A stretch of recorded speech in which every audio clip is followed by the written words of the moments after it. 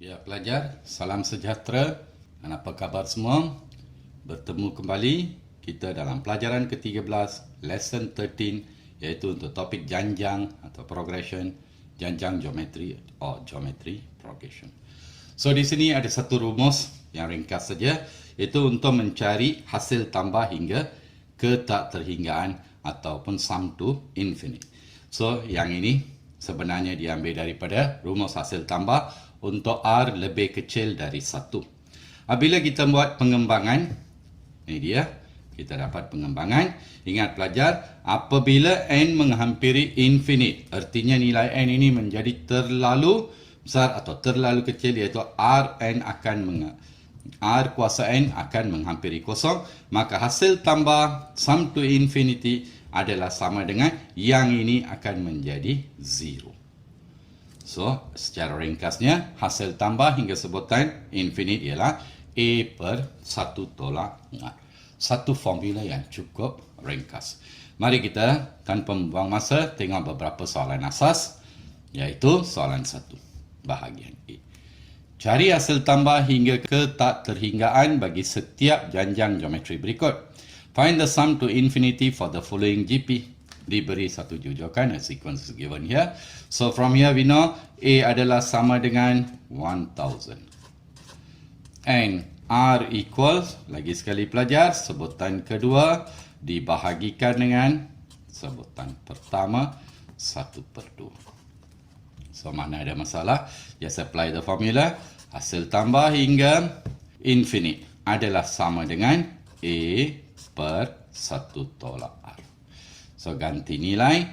Nilai A adalah sama dengan 1000 perkan dengan 1 tolak 1/2. Selesaikan pelajar. 1000 per 1/2. Bawa ke atas darab songsang. 1000 darab 2 sama dengan 2000. Itu saja. Very simple kan?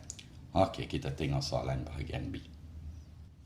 Ya pelajar, itu dia soalan B. Diberi kepada kita, sebutan pertama /adalah sama dengan 1. Nisbah sepunya adalah sebutan kedua dibahagi sebutan pertama masih sama dengan 1/3. So hasil tambah hingga sebutan infinite adalah A per 1 tolak R. Gantikan sahaja 1 per 1 tolak 1/3. Sama dengan 1 per 2/3. Bawa ke atas darab songsang pelajar, kita dapat 3/2. Sangat senang. One more dalam sebutan X pula, iaitu masih sebutan pertama di sana sama dengan 1. Nisbah sepunya adalah sebutan kedua bahagi sebutan pertama, iaitu sama dengan X. So hasil tambah hingga sebutan infinite A per 1 tolak R.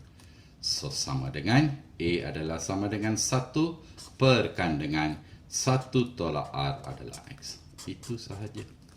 Very simple, isn't it? Dalam sebutan X. Sekarang kita tengok pelajar. Soalan bentuk yang berikutnya.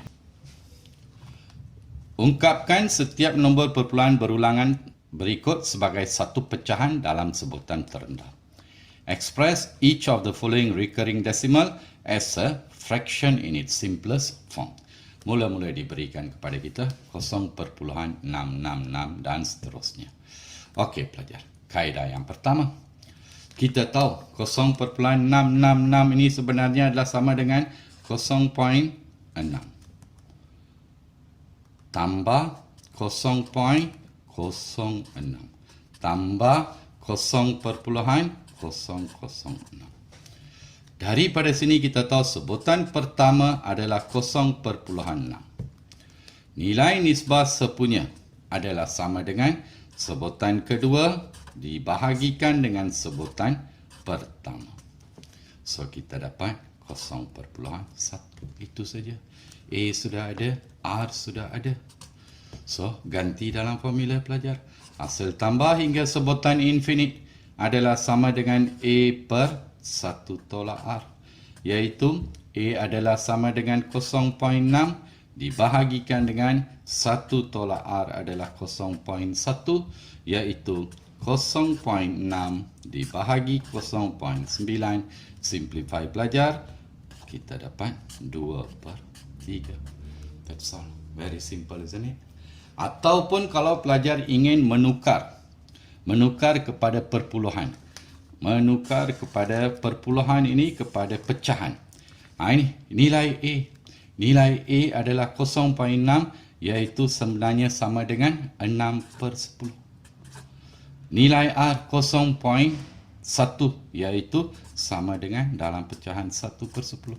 Masih boleh pelajar, gantikan sahaja. Hasil tambah hingga sebutan infinite. Nilai A di sana adalah sama dengan 6/10. Perkan dengan 1 tolak 1/10. Selesaikan pelajar, kita dapat 6/10 over 9/10, iaitu masih sama dengan 6/9, iaitu berapa? 2/3. Tak kira sama ada pelajar nak selesaikan dalam perpuluhan ataupun dalam pecahan. Mana-mana kaedah pelajar. Boleh faham pelajar? Saya harap pelajar boleh faham. Kita tengok beberapa contoh lagi. Ya pelajar, kita tengok soalan 2B, iaitu masih lagi ungkapkan nombor perpuluhan berulang kepada satu pecahan dalam sebutan terendah. Express the following recurring decimal as a fraction in its simplest form.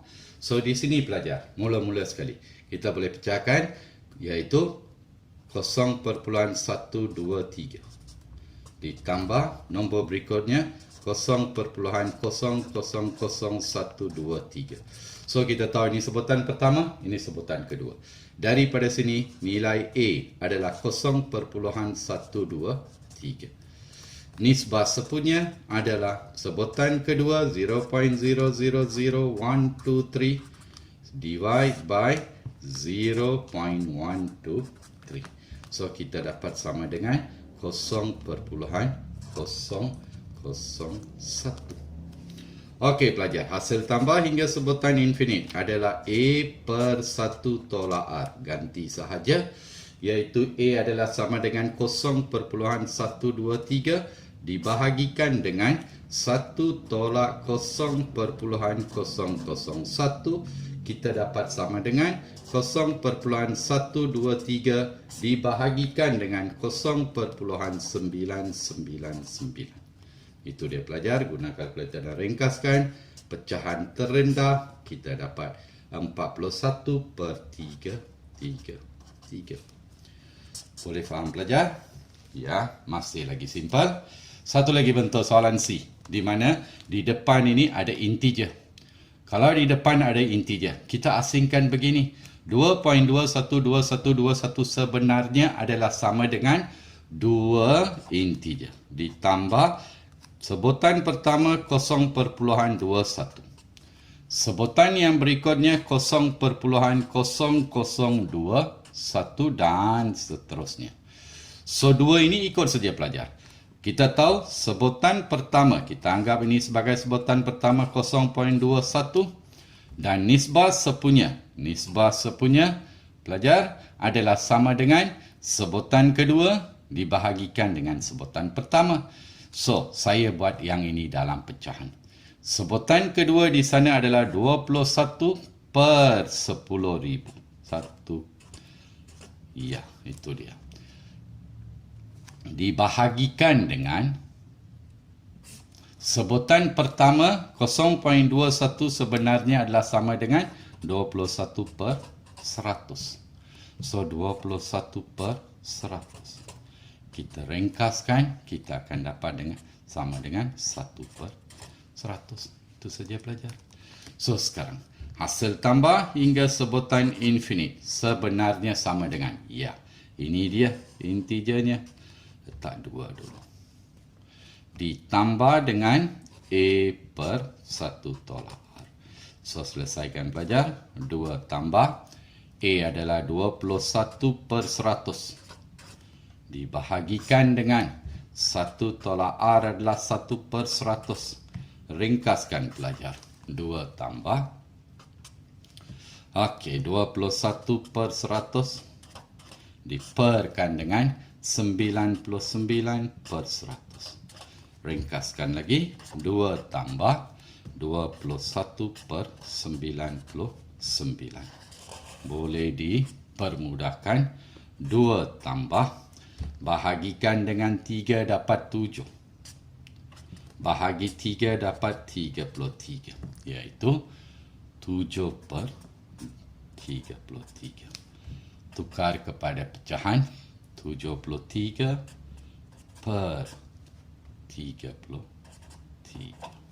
Itu dia pelajar dalam bentuk pecahan. Boleh faham pelajar? Ya, itu dia untuk pelajaran ke-13. Kita akan bertemu dalam pelajaran ke-14 untuk beberapa soalan melibatkan formula, hasil tambah hingga sebutan infinite. Selamat berjumpa pelajar dalam pelajaran ke-14. Terima kasih.